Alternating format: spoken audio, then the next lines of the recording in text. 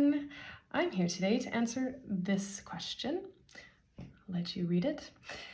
So this question is a loaded question, obviously, and I think if we had the answer for that, then we wouldn't need any of this wellness space or any teachers to help us. But unfortunately, that's not the case. And in integrative nutrition and functional medicine, it's not as easy as naming a few diets and things that will help with every single person out there. Obviously, this is an individualized space. However, I do have a foundational 5. These are 5 things that I work on with almost every client to ensure we have obviously a good foundation, a good basis for us to build an amazing health program for them, and then we move on to some really individual things depending on what they need. So let's start with number 1. Restoring mineral and electrolytes. These are depleted in almost everyone living in the modern environment. We live in an environment that is very undernourished and overstimulated. This ends up depleting our adrenal glands from all of the electrolytes and minerals that's needed to help support the stress response and cellular function at the very root.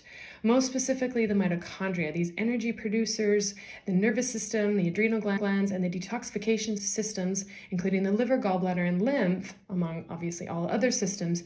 But these are vital to start with. If we want to get something out of the body, something toxic, maybe a heavy metal toxicity or an overgrowth or a pathogen, these channels must be open. Number 2, resetting the circadian rhythm. Our cellular electricity, our energy production, our mitochondrial health, our hormone communication are all built on light signals. UVA, UVB, red light, all of these are very vital in order to allow the cells to understand what time it is and what they should be doing. This is how they are given their day-to-day calendar, their schedule. We have a schedule, we have a timeline, you work on it, and so do the cells, but we are actually in a mismatch of communicating when that is for these cells. It's difficult to stabilize blood sugar and support metabolic health because things like leptin and ghrelin are hormones that are actually controlled by light signals. Number 3, regulating the nervous system. This alone can cause disease, a dysregulated nervous system. You can tell the body that it's unsafe and it will literally act like it is in survival mode. And that is pretty much what a lot of people are doing on a day-to-day basis.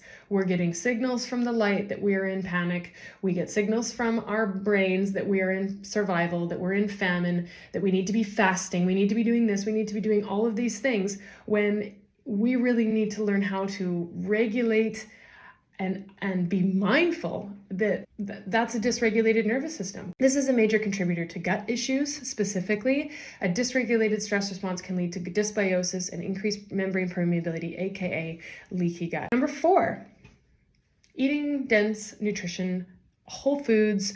Obviously, this is a big one for nutrition. So this is our specific nutrition piece. Avoiding the latest fad would be also in this point. Some people do well cutting out entire food groups for a little while, but this can tell your cells and your cellular process the wrong message, including the things that we absolutely need. Lipids, we need to have fats, good quality and yes, saturated fats. We need a balance of omegas. We need 3, 6, 9, 7. We don't just need omega-3s.